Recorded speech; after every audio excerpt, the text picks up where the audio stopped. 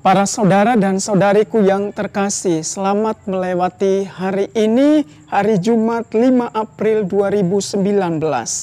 Pembacaan kisah Injil hari ini memiliki kisah sejarah masa lalu, yaitu kisah tentang pembebasan orang-orang Israel, dan juga pada bagian yang lain adalah diskusi mengenai Yesus sebagai Mesias. Apakah Yesus itu Mesias? Pertama, kisah pembebasan di masa lalu dibicarakan dalam tema pesta pondok daun yang dalam tradisi Yahudi disebut sebagai Sukkot, yaitu pesta panenan dan syukur atas mujizat air dan tiang api dalam sejarah Keluaran. Ini adalah pesta populer di mana orang-orang Yahudi tinggal di pondok-pondok daun untuk ingat akan panenan atau pesta panenan atas berkat panenan, dan juga untuk mengingat bahwa nenek moyang mereka dulu pernah tinggal dalam pondok-pondok waktu pengembaraan di padang gurun. Dan diskusi berlanjut pada tahapan kedua yang lebih inti dari penceritaan Injil adalah diskusi tentang apakah Yesus itu Mesias.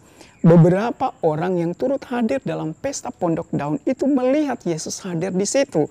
Dan mereka heran karena orang-orang pemimpin-pemimpin mereka tidak membuat atau membatasi pergerakan Yesus. Yesus terlihat cukup bebas mewartakan dirinya. Karena itu penceritaan ini sampai pada mereka bertanya, kenapa pemimpin-pemimpin kita tidak membatasi Yesus? Apakah mereka telah percaya bahwa Yesus itu adalah Mesias? Dan mereka mempersoalkan itu karena mereka punya pengetahuan bahwa Yesus itu punya asal, yaitu ia tinggal di Nazaret bersama dengan kedua orang tuanya, Maria seorang perempuan sederhana, dan tentu Yusuf tukang kayu yang sederhana. Para saudara dan saudariku, penceritaan kisah Injil ini harus sampai pada kita pada zaman ini. Cukup mudahkah kita menjadi percaya bahwa Yesus adalah Mesias? Apakah penceritaan tentang mudahnya kita menjadi percaya adalah ketika kita pada waktu kecil dibaptis menjadi Katolik? Atau ketika kita hanya dalam periode waktu kurang lebih 6 bulan belajar menjadi katekumen dan kemudian dibaptis menjadi Katolik? Tapi kadang-kadang kita juga sampai pada saat sebagaimana diceritakan dalam kisah Injil, menjadi jenuh akan situasi yang membuat kita juga harus membaca ulang, menafsir kembali kehadiran Tuhan. Apakah dia betul-betul Mesias buat hidup kita?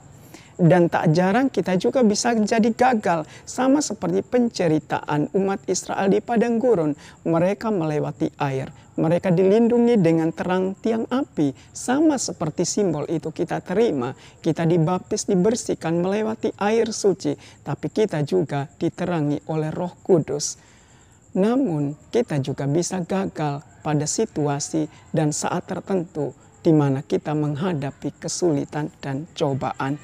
Para saudara dan saudariku yang terkasih, akhirnya kisah Injil ini membantu kita untuk senantiasa berefleksi setiap harinya untuk senantiasa tetap menemukan Yesus tetap menjadi Mesias bagi dirimu dan bagi diri saya. Semoga kasih Tuhan menyelamatkan kita hari ini. Amin.